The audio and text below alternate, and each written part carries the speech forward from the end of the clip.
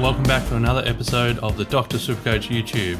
You're on with Pig Mentality. I'm back to give you my captain recommendations for round 6.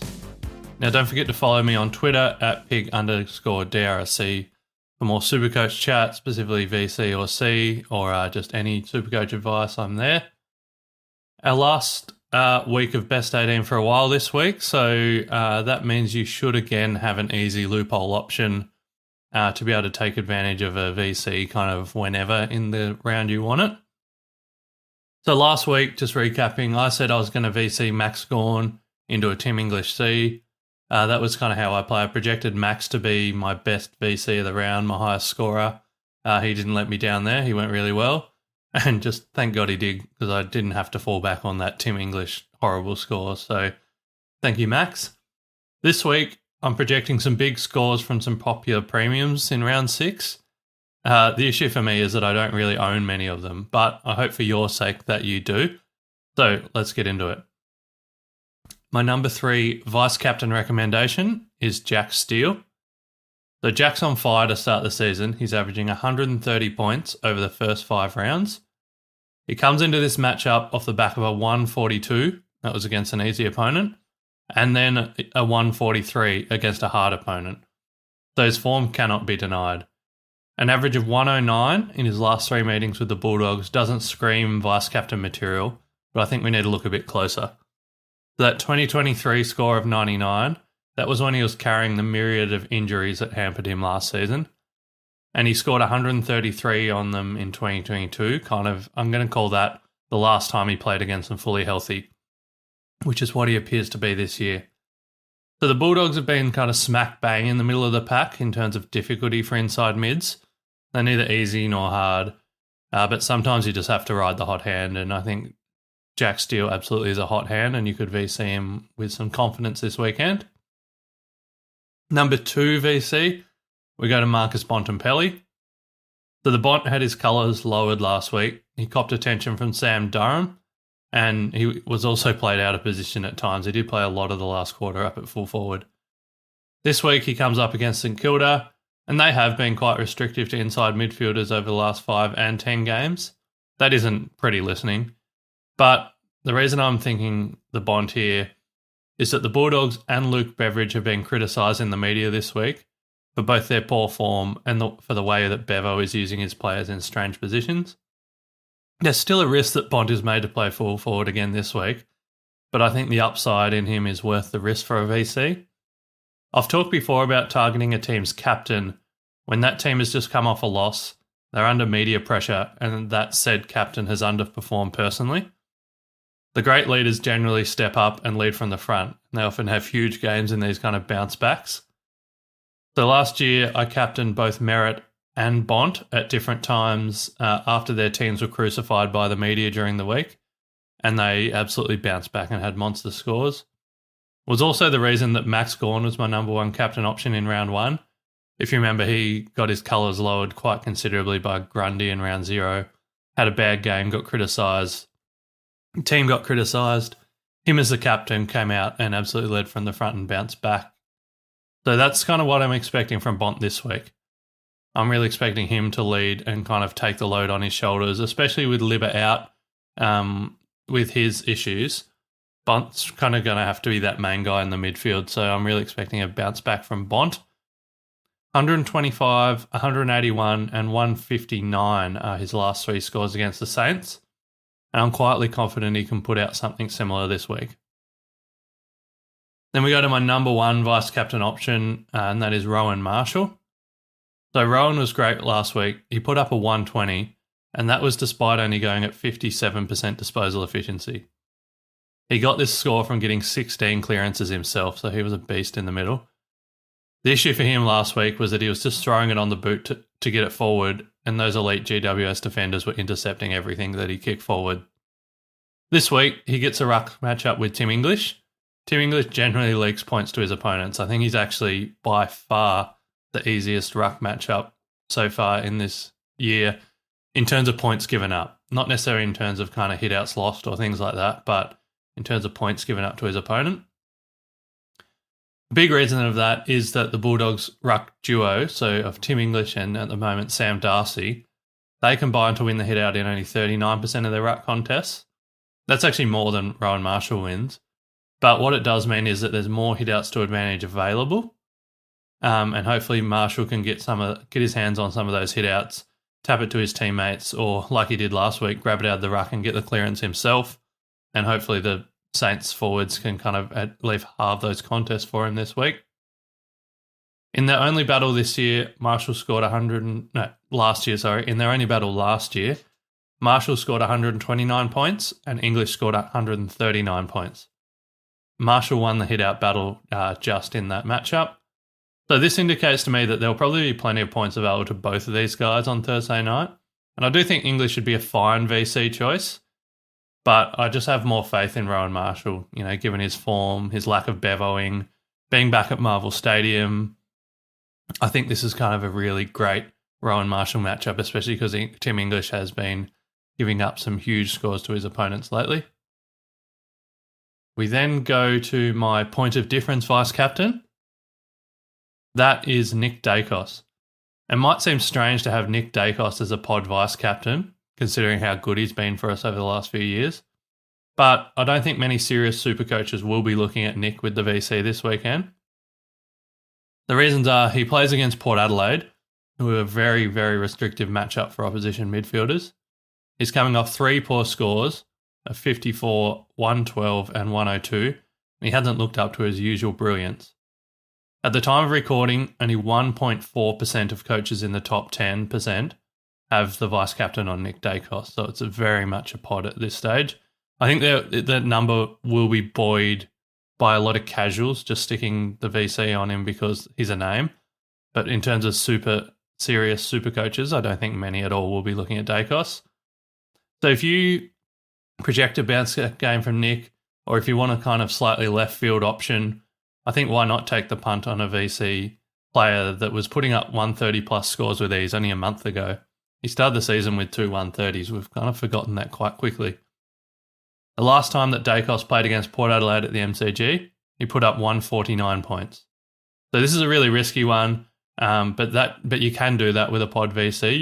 You can take a Hail Mary punt on some VC player as long as you've got a safe fullback captain after them. So Nick Daicos is an option for the pod. We then go to number 5 of my captain recommendations. So all of these captains I'm banking a really safe score from. They can fall back onto all of these with some assurity, but a few of them also have a massive ceiling, so you actually might want to VC them if there's someone that you can do after them. So number 5, I've got Harry Sheezel. Harry comes into this game as the second highest averaging Supercoach defender with an ownership of 57%. So he's quite highly owned and he's absolutely dominating. I think he will actually be a bit of a pod as well in terms of captaincy. So a lot of people own him, but I don't think that many people will captain him. And there is some tag risk, and that's probably why.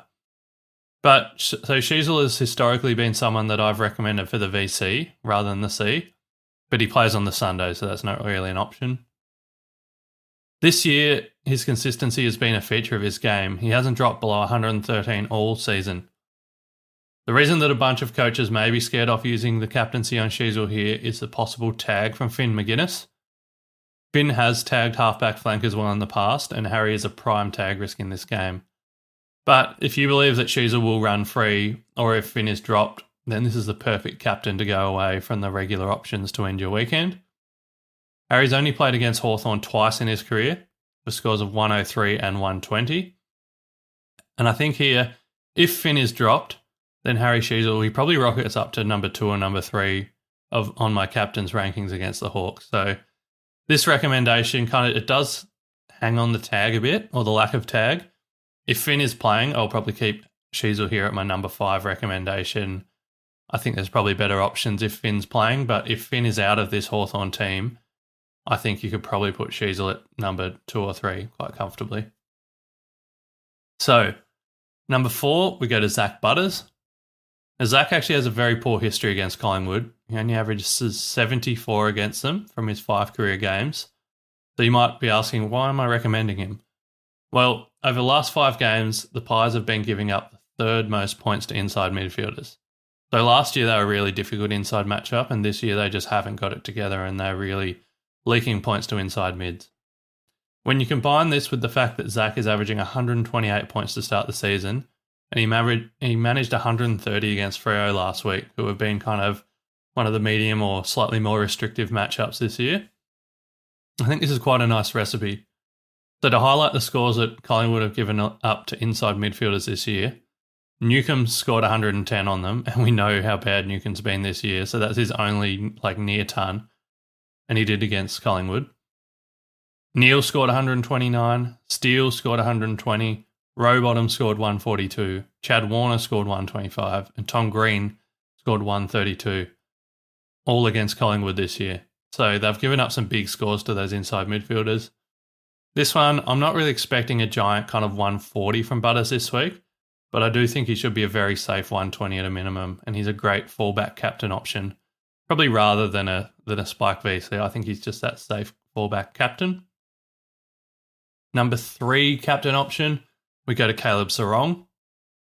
So Caleb has slowed down slightly after his hot start to the season, but that was pretty easy to predict actually. He's just played against 2 of the most difficult matchups for midfielders in the last 2 weeks, and he's still averaged over 100 against them. This week, he gets a matchup with the West Coast Eagles, who in 2023 were the easiest matchup for midfielders. Now, to the Eagles' credit, they've actually been slightly restrictive to inside midfielders in 2024. Having said that, Treloar, 124, Heaney, 165, Goulden, 129, and Bolton, 129, have all recently lit them up. The trend with the Eagles that I'm noticing this year is that they're kind of restricting the in and under grunt midfielders for the opposition teams. So guys like Yo, Jinby and Reed, they're actually doing a pretty decent job right in there at the contest. But where the West Coast Eagles fall apart is once the ball gets outside the contest. They're giving up the most points in the league to wingers, they're giving up the most points in the league to attacking defenders, and they're giving up the third most points in the league to general defenders. So those midfielders that are able to break out of the stoppages and spread and rack up their points, they're feasting. And that's why I pointed out guys like Treloar, Heaney, Goulden, Bolton types, those players that do a bit at the contest, but they spread, get around the ground for a lot of easier possessions. And this season, Caleb Sarong has added that ability to his game. Last year, he was really relying on just the inside contested stuff, but he's really kind of added this spread and accumulation of the footy around the ground. So Hayden Young and Nat Fyfe are now kind of doing the grunt work at Freo, which allows the guys like Brayshaw and Sarong to get around the ground, rack up possessions, use it well by foot. So on that, Andrew Brayshaw actually could be a solid option here as well. I just don't think many people have him. If you do, he's a solid option. I just think Sarong's better. So I really like this matchup for Caleb with his adding running power and ball magnet ability. In the last 2 matchups, he scored a 97, but he was tagged in that one. And then he scored a 146. And the tag risk is still there with Sarong. That's why I've got him at number 3, probably not up higher. But that isn't enough to scare me off the nice matchup if you own him. We then go to number 2. That is Luke Ryan. So I just mentioned that the West Coast Eagles are giving up the most points in the league to wingers, the most points in the league to attacking defenders, and they're giving up the third most points in the league to general defenders. Enter Luke Ryan. Luke is the highest scoring defender in 2024. He's averaging 136 points over his first 5 games. Last week, he put up 145 on Port Adelaide, who are generally very restrictive to players of his play style. That proves he can do it about just about anyone. And now he gets this matchup, so I'm thinking lock in a 130 plus easily. Ryan loves playing at Optus Stadium. It's his second highest scoring ground that he's played more than 5 games at. His last 3 games against West Coast have not been overly productive, with an 87 average. But I think we should focus on the wingers and attacking defenders that have played against the Eagles this year.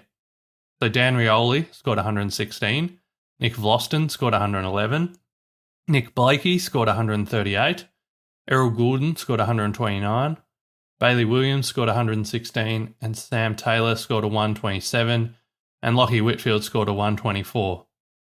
I've just run out of breath saying all those names because there's so many outside players that have destroyed the Eagles this year. All of those players went well above their season average when playing the Eagles. So what if Luke Ryan goes way above his season average? Maybe my 130 plus call is too low. In previous years, I've only recommended Luke Ryan as a VC and never a C. He's been one of those players with high variance, high spike. But this year I'm throwing that out the window. I'm just locking this one in. I think he's just really safe every week now with his absolute domination over the ball in the back line. And this is a perfect matchup. So if you can save the VC to Luke Ryan, I would absolutely be doing that. If you think you've got a safe fullback captain option playing after him, you'll probably have a loop, so that's not an issue. So that's kind of something I would look at, unless you have this guy. My number one captain option is Zach Merritt. Zach has been in unbelievable form to start the year, averaging 127 points through his first 5 games. He now gets another trip to Adelaide Oval, a venue that is generally great for SuperCoach scoring, and it's one that Merritt himself loves. He averages 115 at Adelaide Oval from his 14 games played there. He managed 136 at Adelaide Oval just 2 weeks ago against a very restrictive Port Adelaide midfield. And to put it nicely, Adelaide are not a very restrictive matchup this year. Their ranking is the second easiest matchup to inside midfielders in the last 5 games. Only Hawthorn have been worse. Midfield scores against Adelaide recently. I'm going to have to take a breath here again because there's a few names. Players to play against Adelaide recently. Sam Walsh, 166. Christian Petrarca, 140. Hayden Young, 132. Matt Rao, 155. Tuke Miller, 137. Noah Anderson, 129. Sam Flanders, 128. Okay, wow. That has just made me very excited reading out those numbers. So if you have Zach Merritt in your team, I think he absolutely needs to be in your VC or C plans. I think he could be one of the highest scorers in the round. So if I was a Zach Merritt owner, I would actually skip the Thursday night players and I'd slap the VC on him. And then I'd find a safe 120 captain fullback that plays after him. So to recap all that, I think Jack Steele, Marcus Bontempelli, Rowan Marshall are all good VC options on the Thursday. You could look at Tim English as well. I think he'll bounce back. I then have Sheasel as a really solid option and could actually be one of the highest options if Finn McGuinness doesn't play. Zach Butters, I think, will be a really just safe fullback captain. Caleb Sarong, I'm probably going to say he's a safe fullback captain option as well, but he does have a potential for a bigger spike. The 2 guys that I'm super hot on are Luke Ryan and Zach Merritt. If you own them, I would actually be trying to VC them somehow and then finding a safe kind of captain to fall back because I think they're going to be some of your highest scoring players. I wouldn't want you to say VC Bont.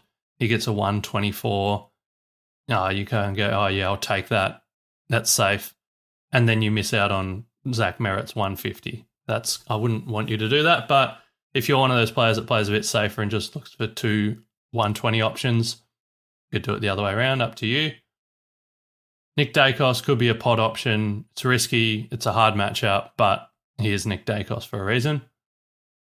My moves, I'm actually really struggling to identify who will be my highest scorer this round. Normally, when I do this research, I'm pretty set and I'm like, oh yeah, this guy's on. None of my players are necessarily on this week. I think I'm actually going to really hurt this week not owning Merritt, Ryan, Sarong and Marshall. I think those guys will be great. So for me, I think Zach Butters is kind of going to be my nice safe fallback option. I think he's kind of my 120 safety. So I'll probably captain him. Then I'll probably just have a crack at Bont VC this week, hope for some high upside, hope for like a bounce back captain's game.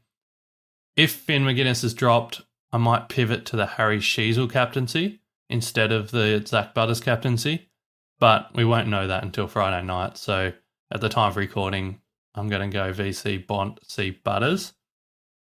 And then I know there are a few other captain options that people are liking, but I'm not as big on. So first one is Isaac Heaney. He's in great form. He's absolutely dominating, but he comes up against Gold Coast. And actually in the last 5 games, Gold Coast have been the hardest matchup for inside midfielders this year. So that probably just gives me enough. I think Heaney will still be fine, but I don't really want to play around with the captaincy with someone that's playing the hardest matchup in the league. Tom Green, the same thing. He plays against Carlton. They're actually the second hardest matchup, so it's exactly the same reason as I'm not going for Heaney. They're both brilliant players, Green and Heaney, but they've got incredibly hard matchups. I've talked about a few others. Brodie Grundy, there's a few people looking at him, but he plays against Jared Witts, who's, along with Sean Darcy, Jared Witts and Sean Darcy are the two hardest ruck matchups. So I'm not really interested in going for Grundy when he does play at the SCG, which helps him, but against Jared Witts, I'm not entertaining that. Petrarca and Gawn have a bye. That sucks. My VC options look a bit slim when Max Gawn's not playing. Errol Goulden could be an option, but again, he plays against Gold Coast. They've also limited wingers. I'm not really that keen there. Rosie could be an option against Collingwood, I guess for the same reason that Butters could be. I just think Butters is a bit safer. The one I could look at is Luke Jackson, but that would only be if Sean Darcy's not playing. So if Sean Darcy's not playing, Luke Jackson gets the West Coast ruck matchup as solo ruck, so I think he could be a really safe bet with a high upside, but that absolutely depends on whether Sean Darcy's playing or not, and as I said, I'm recording this before teams are out, so I don't know what's going to happen there. There isn't really anyone else I'd look at. Sam Walsh had a great first game back, but plays GWS. They're a hard matchup. Rory Laird and Jordan Dawson, I just am still so terrified of that Crows midfield, and I just don't want to captain any of them until they sort their stuff out and get their team back together again, and whatever that may be. Like with Matt Crouch out, maybe one of them lifts, but I'm not really ready to bet on which one it is. So that is my recommendations. I hope you have a really good week this week. Like I said, I think there are going to be some gigantic scores, but it just depends if you own them or not. So that's all from me. Like I said, as always, you can comment down below in the comment section on YouTube who you're going to be VC or seeing, and we'll be back in touch. We'll reply to the comments. Follow me on Twitter at pig_DRSC, or if you're on the Dr. SuperCoach Slack, feel free to reach out to me through there. Send me a DM or tag me or whatever, and I'll be in touch.